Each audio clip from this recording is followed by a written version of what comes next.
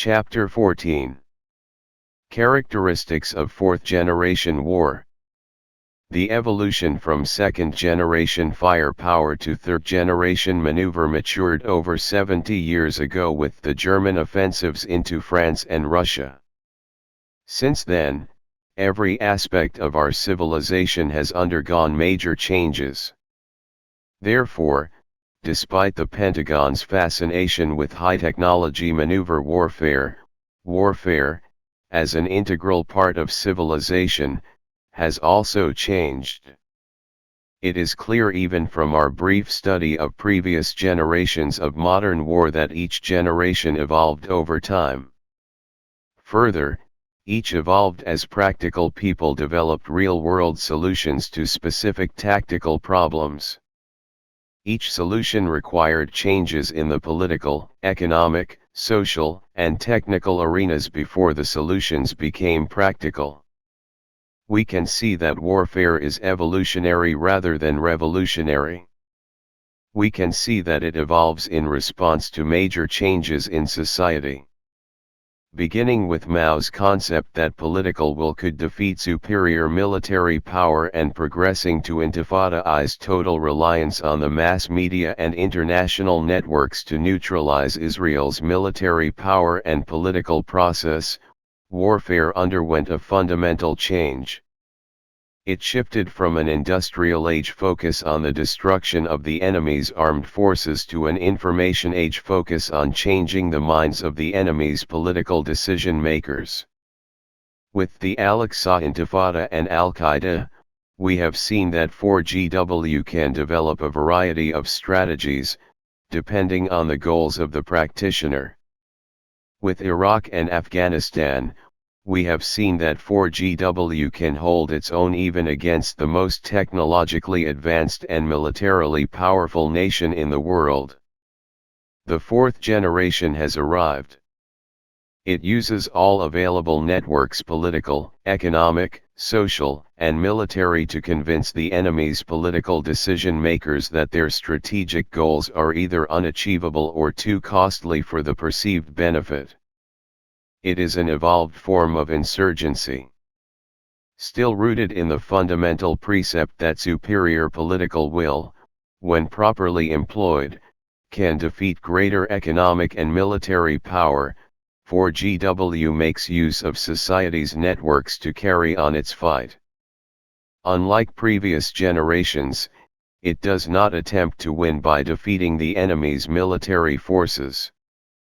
Instead, via the networks, it directly attacks the minds of enemy decision makers to destroy the enemy's political will. Fourth-generation wars are lengthy, measured in decades rather than months or years. The following discussion looks at strategic, operational, and tactical characteristics of 4GW. Strategic level. Strategically, 4GW attempts to directly change the minds of enemy policy makers. This change is not to be achieved through the traditional method of superiority on the battlefield. The first through third-generation objective of destroying the enemy's armed forces and his capacity to regenerate them is not how 4GW enemies will attack us. Both the epic, decisive Napoleonic battle and the wide-ranging, high-speed maneuver campaign are irrelevant to them. Their victories are accomplished through the superior use of all available networks to directly defeat the will of the enemy leadership, to convince them their war aims are either unachievable or too costly. These networks will be employed to carry specific messages to our policy makers and to those who can influence the policy makers.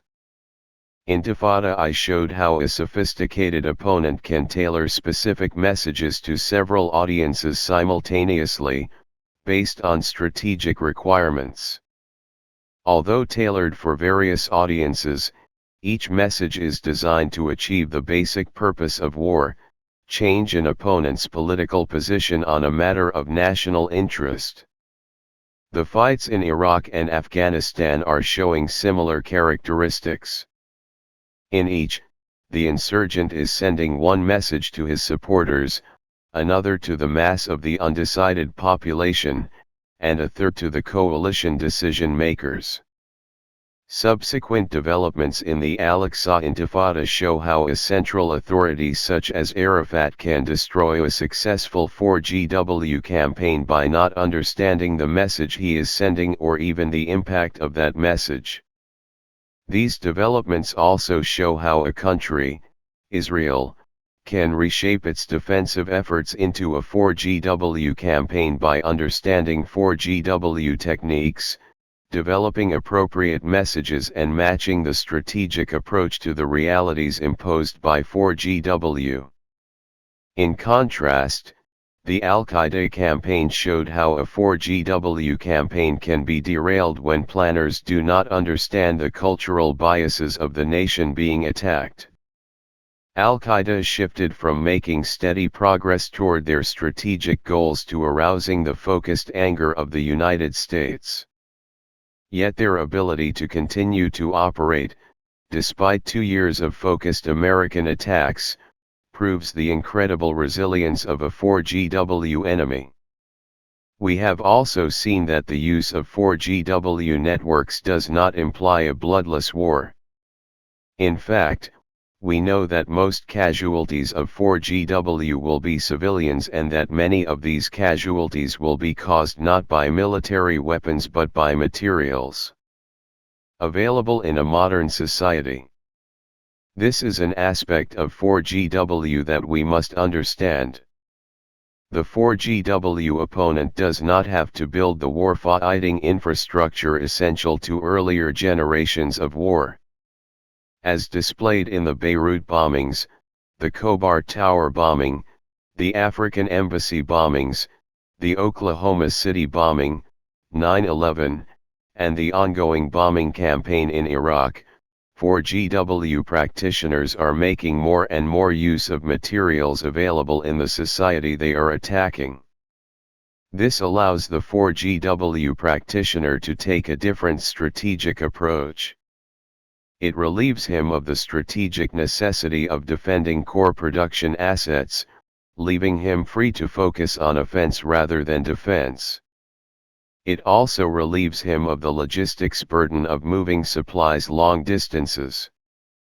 Instead, he has to move only money and ideas, both of which can be digitized and moved instantly. Alliances, interests, and positions among and between 4GW actors will change according to various political, economic, social, and military aspects of the conflict. Although this has been a factor in all wars, Italy changed sides in the middle of the biggest conventional war of all time. It will be prevalent in 4GW war. It is much easier for stateless entities, tribes, clans, businesses, criminal groups, racial groups, subnational groups, transnational groups, to change sides than for nation-states or national groups. A government usually ties itself to a specific cause. It has to convince the decision-makers or its people to support it, so it can be awkward for that government to change sides in mid-conflict without losing the confidence of its people. Often, the act of changing sides will lead to the fall of the government. In contrast, non-state entities get involved only for their needs, and if the needs shift, they can easily shift loyalties. In Somalia, Afghanistan, Kosovo, Iraq, and innumerable skirmishes in Africa, alliances shift like a kaleidoscope. If a democracy gets involved where its vital interests are not at stake, its overall situation will be both difficult and dangerous. Players with vital interests will have large incentives to attack the democracy's forces. They have an even larger incentive to ensure that the videos of those attacks make the news cycle.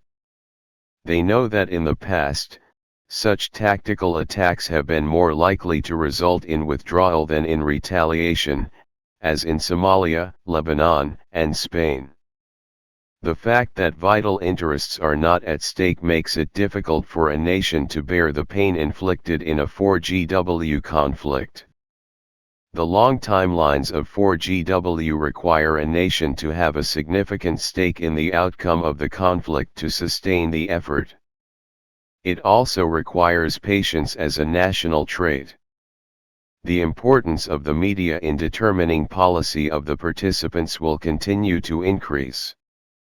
We saw a demonstration of this when U.S. interest in Somalia, previously negligible, was stimulated by the repeated images of thousands of starving Somali children. Conversely, the images of U.S. soldiers being dragged through the streets ended that commitment. The media will continue to be a major factor in the future. This will be true from the strategic level to the tactical. Strategically, the world is more and more closely tied together.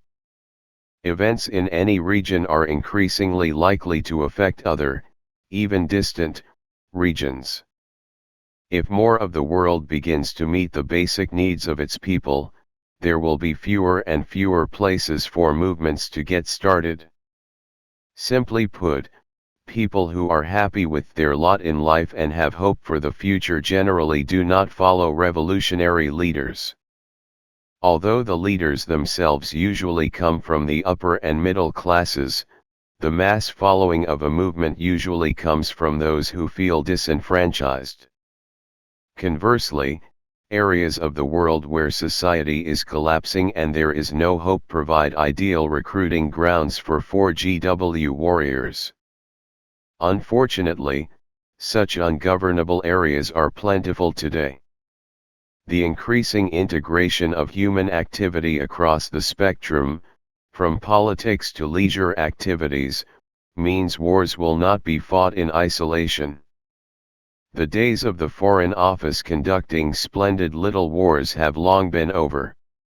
On the positive side, the interconnection of all aspects of society and increasing globalization will place some limits on the type and severity of conflicts in the future. One final point needs to be understood about using 4GW at the strategic level. If the strategic goal is the absolute destruction of the target nation or organization, there will have to be a final military campaign to achieve that goal. Remember, Mao and Ho used 4GW techniques to change the correlation of forces so that their significantly weaker conventional forces could defeat an enemy that was much stronger initially. They knew they would have to physically destroy the opposing government before they could take over the country. Only a conventional campaign could provide that destruction.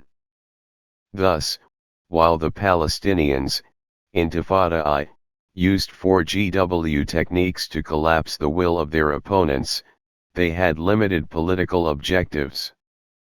They convinced their opponents that the political concession they sought would cost less to grant than continuing to fight.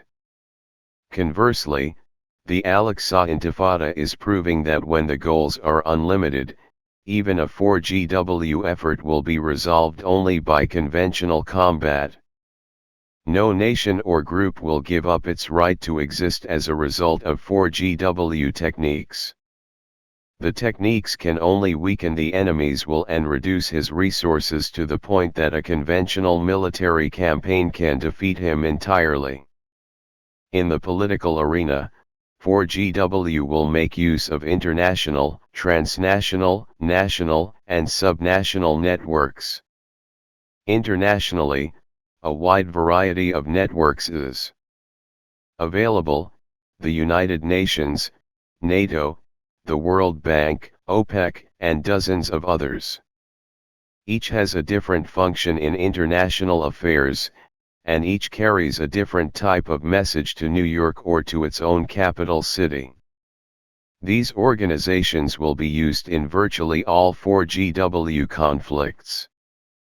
Although they may not be capable of directly changing the minds of enemy decision makers, they can be used to slow or paralyze an enemy's response. The obvious use is to create political paralysis in both the international organizations, not a difficult task, and in the target nation. Difficulty varies with the nation being targeted. However, in addition to normal political attacks, 4GW planners can influence other aspects of the target society. They know that the security situation in a country has a direct effect on the ability of that nation to get loans. The international marketplace is a swift and impersonal judge of creditworthiness. This gives the attacker a different avenue to affect a target nation's position. The mere threat of action may be enough to impact the nation's financial status and encourage it to negotiate. Thus, if his objective is simply to paralyze the political processes of a target nation, he can use a number of avenues to create that effect. As the world becomes ever more interconnected, the potential for varied approaches increases. A coherent 4GW plan will always include transnational elements. These organizations span borders but are not subject to national control.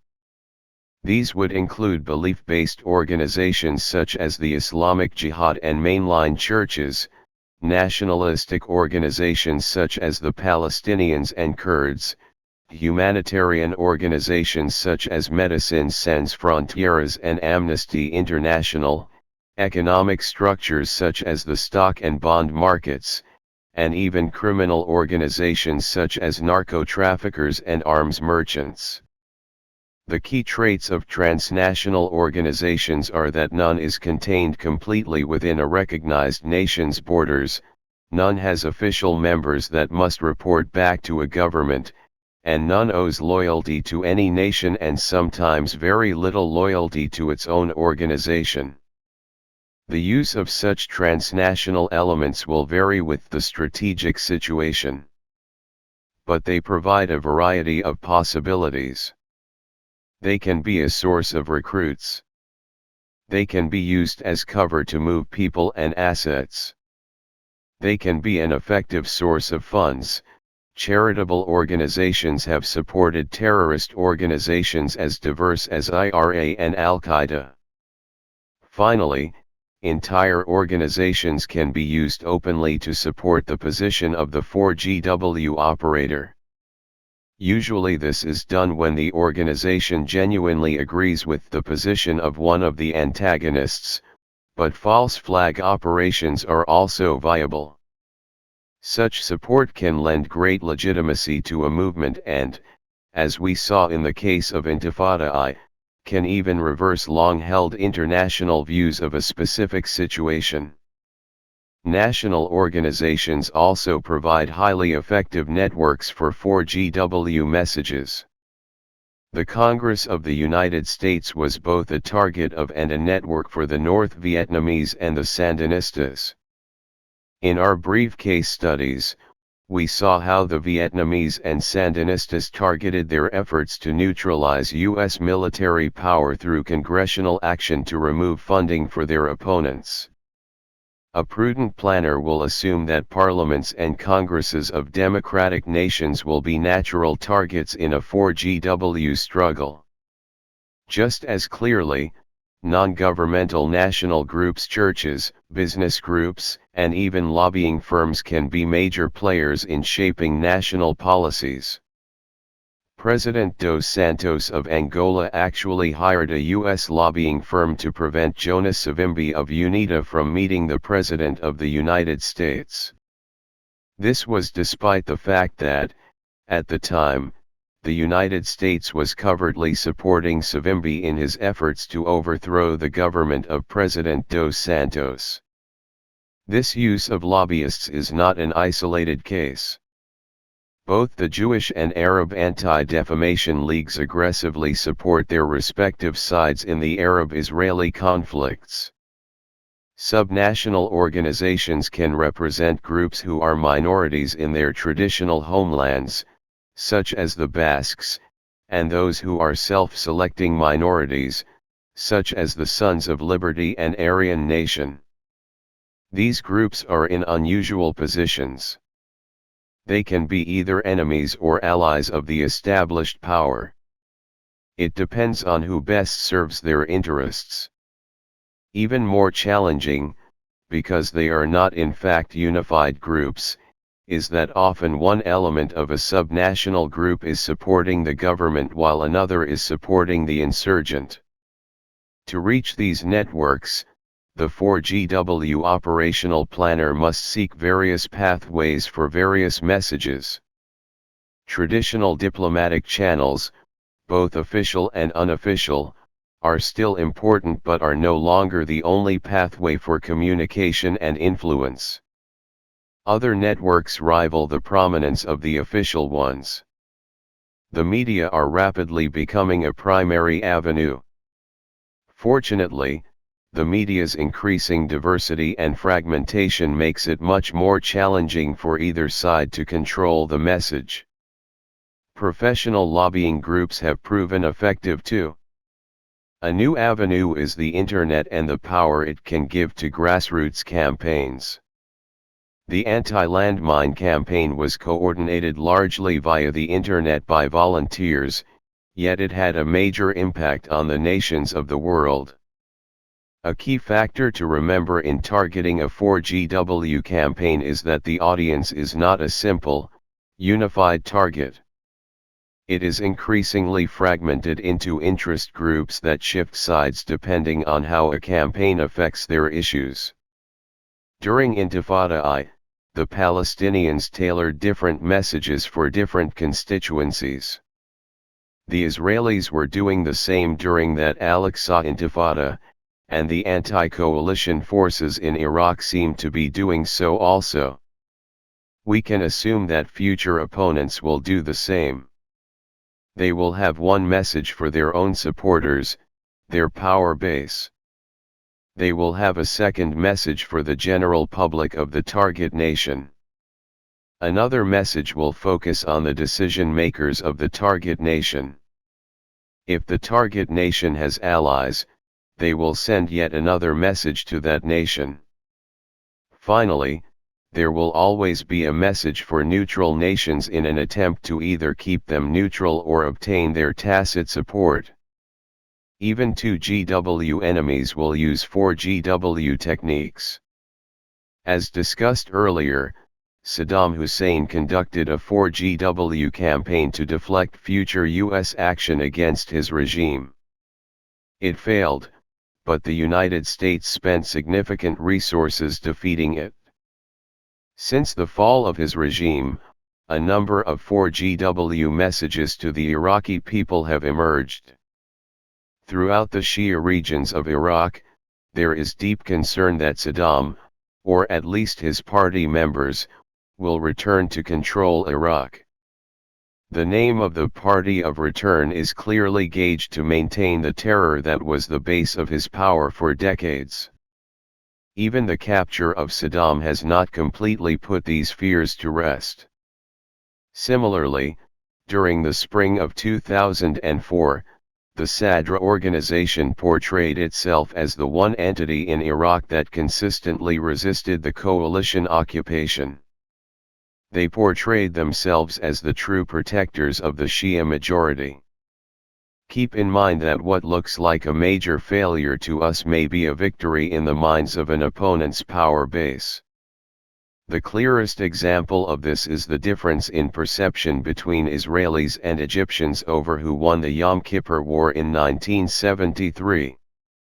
The Israelis remember that their armies crushed the Egyptians, crossed the Suez, and had completely surrounded an entire Egyptian army when the ceasefire took effect. To them, the Yom Kippur War was yet another decisive victory for Israeli arms. The Egyptians remember the same war quite differently. The fact that the Egyptian army crossed the Suez Canal and fought the Israelis successfully for a period of time in the Sinai is perceived as a victory for Egyptian arms. Similarly, U.S. military spokesmen kept insisting that the early attacks on U.S. troops after the end of major combat operations in Iraq were militarily insignificant. This was at a time when each attack was on the front page of the New York Times, Washington Post, and Los Angeles Times. This revealed a fundamental misunderstanding of how military action is used effectively in 4GW. Further complicating the conduct of 4GW is that military action will range from precise to bloody. It may be a single bullet to the brain of a specific enemy, or it may be mass casualties inflicted by dedicated people willing to die to get to the target, even willing to ride the munitions to the target. Operational level. Operationally *, the practitioners of 4GW will pursue various avenues to ensure that tactics lead to the strategic goals.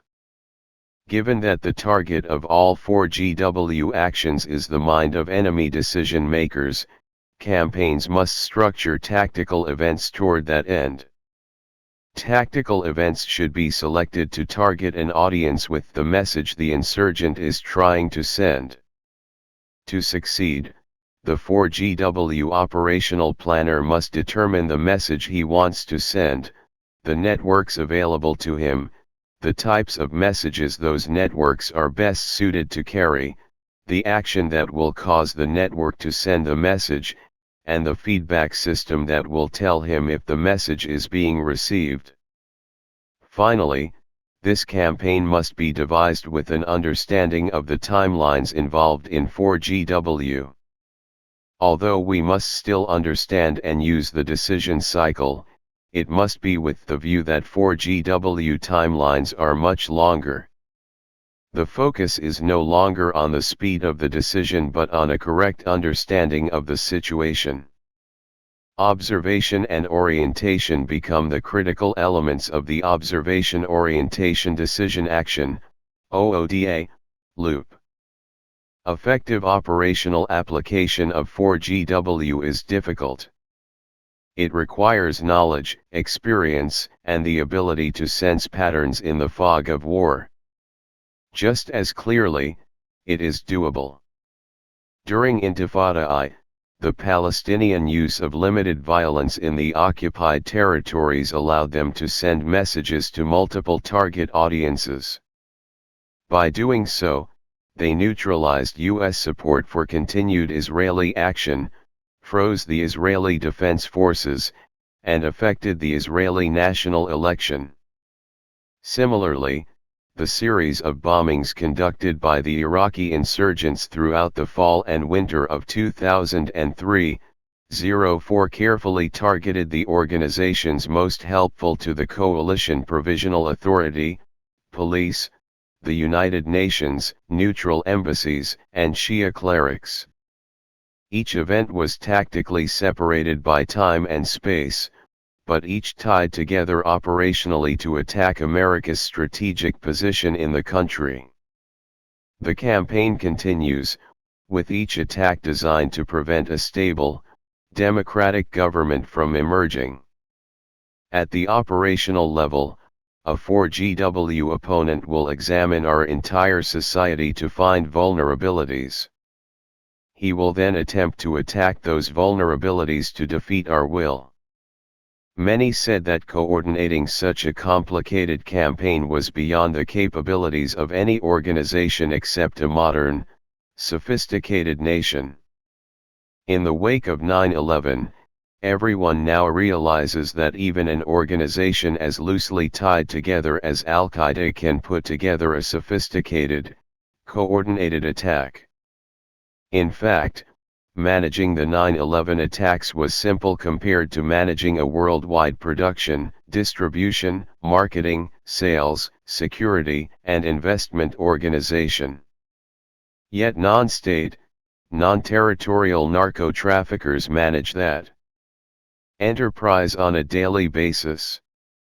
There is no doubt that 4GW enemies are capable of highly sophisticated and complex campaigns that potentially exceed even what we have seen to date. To complicate matters, 4GW will include aspects of earlier generations of war in conjunction with those of the fourth generation. Even as Israelis struggled with the Intifada, they had to be constantly aware that major conventional forces were on their border. Similarly, in Vietnam, the United States and later South Vietnam had to deal with aggressive, effective fourth-generation guerrillas while always being prepared to deal with major North Vietnamese Army conventional forces. Fourth-generation warfare seeks to place an enemy on the horns of this dilemma. This is an intentional approach and goes all the way back to Mao. Fourth-generation warfare will take place across the spectrum of political, economic, social, and military fields. It is essential that we understand this to analyze how an enemy will conduct a campaign against us. For instance, he may choose a tactical action directly targeted at a major economic target, such as the stock market or international trade. Although the individual action may look purely tactical, it can be part of a campaign to disrupt our economy and reduce the resources we have available to fight. Only by looking at warfare as a 4GW event can we see the vulnerabilities to weapons of mass destruction. Even a limited biological attack with a contagious agent, such as plague, will result in a shutdown of major segments of air travel, shipping, and trade. Smallpox will require a total quarantine of the affected areas until the incubation period has passed. The potential for billions of dollars in losses to disrupted trade is obvious, as well as years of continuing loss due to subsequent litigation. Thus, weapons of mass destruction may focus not on physical destruction but on area denial or disruption. The ability of a single person to shut down Senate office buildings and a post office with 2 anthrax letters is an example of an area denial weapon. Disruption can easily be made even more widespread. The use of containerized freight to deliver either a weapon of mass destruction or a high-yield explosive will have even more far-reaching and costly effects on the international trade network than the shutdown of international air routes. Compared to the problem of inspecting seaborne shipping containers, security for airliners and air freight is easy. Containers are the basic component for the vast majority of international trade today, yet we have no current system to secure or inspect them. By taking advantage of this vulnerability, terrorists can impose huge economic costs on our society for very little effort on their part. Worse, they don't have to limit their actions to the containers but can also use the ships themselves. Ships flying flags of convenience do so to minimize the ability of governments to regulate or tax them. It is logical to assume that the same characteristics will appeal to terrorists. Action in one or all of the fields previously mentioned will not be limited to the geographic location, if any, of the antagonists but will take place worldwide. Al-Qaeda has forcefully illustrated this to us.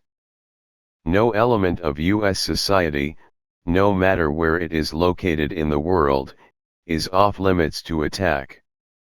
The Bush administration actions in Afghanistan and against the Al-Qaeda network show that effective counters to 4GW must also be worldwide. Key players will have to give much greater consideration to regional and worldwide audiences in addition to their own national constituencies. On all levels, strategic, operational, and tactical loosely coordinated groups will organize to oppose even reasonable action. The tremendous size and aggressiveness of the anti-globalization efforts against World Trade Organization meetings in Seattle show how groups with wide-ranging agendas and membership can be coordinated to oppose specific policies. Groups as diverse as unions and environmentalists came together to oppose globalization. As these groups become even more sophisticated in their use of the Internet to coordinate worldwide activity, they will become players in regional and even national crisis. At the operational level, all an opponent has to move is ideas. He can do so through a wide variety of methods, from email to snail mail to personal courier to messages embedded in classified advertisements. He will try to submerge his communications in the noise of the everyday activity that is an essential part of a modern society. It will be extraordinarily difficult to detect the operational level activities of a 4GW opponent. Tactical level. Tactically, fourth-generation war will take place in the complex environment of low-intensity conflict.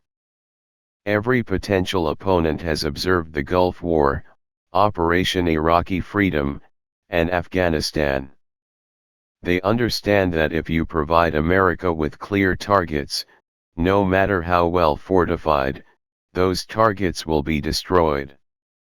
Just as certainly, they have seen the success of the Somalis and the Sandinistas. They have also seen and are absorbing the continuing lessons of Chechnya, Bosnia, Afghanistan, and Iraq. In attempting to change the minds of key decision makers, antagonists will use a variety of tactical paths to get their message through to presidents, prime ministers, members of cabinets, legislators, and even voters. Immediate, high impact messages will probably come via visual media, and the more dramatic and bloody the image, the stronger the message. Longer term, less immediate but more thought-provoking messages will be passed via business, church, economic, academic, artistic, and even social networks. Although the messages will be based on a strategic theme, the delivery will be by tactical action. Tactically, 4GW will still involve a mixture of international, transnational, national, and subnational actors. Because the operational planner of a 4GW campaign must use all the tools available to him, we can assume we will have to deal with actors from all these arenas at the tactical level as well. Even more challenging, some will be violent actors and others will be non-violent. The term non-combatant applies more to conventional conflicts between states than to fourth-generation war involving state and non-state actors. Non-violent actors, while being legally non-combatants, will be a critical part of the tactical play in 4GW. By using protesters, media interviews, websites, and other nonviolent resources, the 4GW warrior can create tactical dilemmas for his opponents. These will require tactical resources in police, intelligence, military, propaganda, and political spheres to deal with the distractions they create. Look at the effort the United States expended to overcome the simple Al-Qaeda lie we were beaten while being held prisoner. Despite the fact that we had copies of Al-Qaeda training manuals that explicitly direct their operatives to make this statement when captured, it was still presumed to be true by many in the media. As a result, it required an official response.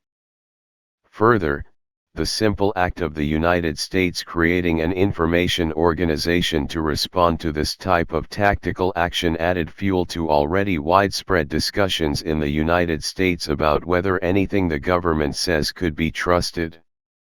Although the United States was eventually able to put this charge behind us, it was a classic example of an economy of force effort by Al-Qaeda.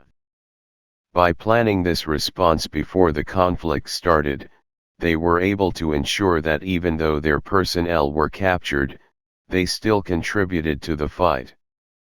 Using 4GW techniques, they turned captives into combatants and tied up major U.S. assets in responding to these charges. Of course, the actual abuse of Iraqi prisoners at Baghdad's notorious Abu Ghraib prison by U.S. forces will make it much more difficult to counter false charges of this sort in the future.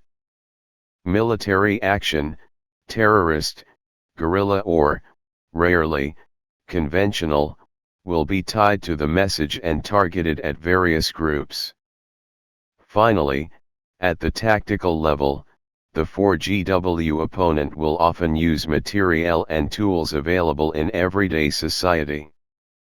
He will not have to manufacture, transport, store, or maintain his weapons and equipment. He will purchase them in the target country, hijack them en route, or simply use them in place. Although 9/11 made it painfully obvious, numerous truck bombings had already shown that 4GW opponents use commercial sources for destructive weapons. As we look at protecting ourselves from chemical, biological, radiological, nuclear, and high-yield explosive, CBRNE, weapons, it is important not to overlook the readily available commercial sources of these weapons. The 1984 Bhopal chemical plant disaster killed more people than 9/11 and left many more with serious long-term injuries. Although Bhopal was an industrial accident, it presents a precedent for a devastating chemical attack.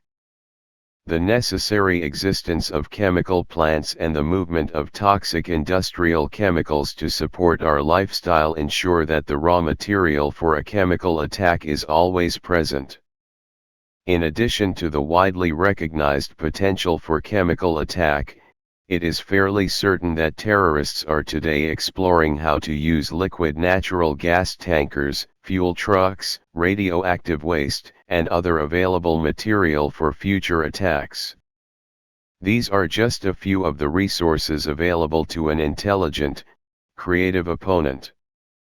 Timelines, organizations, objectives. The final critical characteristic of 4GW is that its timelines, organizations, and objectives are different from those of earlier generations. Of particular importance is understanding that the timelines are much longer. If you fail to understand this, you fail to understand the magnitude of the challenge presented by a 4GW enemy. The United States wants to fight short, well-defined wars. We went into Vietnam, Bosnia, Kosovo, Afghanistan, and Iraq convinced we could clean it up quickly. In each conflict, our leaders told the people we would be out in a year or so. They felt this was important to convince the American people to go to war. For the United States, a long war is 5 years. That, in fact, is how long we had a major involvement in Vietnam from 1966 to 1971. We came in when the war was already being fought and left before it was over. Even then, the US public thought we had been at war too long. In other words, Americans want short wars. Unfortunately, 4GW wars are long. The Chinese Communists fought for 28 years, 1921 to 49. The Vietnamese Communists fought for 30 years, 1945 to 75. The Sandinistas fought for 18 years, 1961 to 79. The Palestinians have been resisting Israeli occupation for 29 years so far, 1975 to 2004. The Chechens have been fighting for more than 10 years this time. Al-Qaeda has been fighting for their vision of the world for 20 years, since the founding of MAC in 1984. Numerous other insurgencies in the world have lasted decades. Accordingly, when getting involved in a 4GW fight, we should be planning for a decades-long commitment. From an American point of view, this may well be the single most important characteristic of 4GW. Next, we need to understand that 4GW organizations are different. Since Mao, 4GW organizations have focused on the movement's long-term political viability rather than its short-term tactical effectiveness. They do not see themselves as military organizations but as webs that generate the political power central to 4GW. Thus, these organizations are unified by ideas. The leadership and the organizations are networked to provide for survivability and continuity when attacked. And the leadership recognizes that their most important function is to sustain the idea and the organizations, not simply to win on the battlefield. Finally, because of the long timelines, even the objectives are different. Fourth-generation warfare opponents do not seek to service more targets faster to disrupt an enemy's OODA loop. They do not seek to destroy an opponent's industrial base using the U.S. Air Force's concept of targeting key segments of the opponent's society. Nor do they seek to dislocate the enemy's armed forces so that their decision cycle fails and the enemy collapses. In fact, it is essential to 4GW strategists that the opponent complete his strategic OODA loop with the resulting decision that the war is too costly to continue.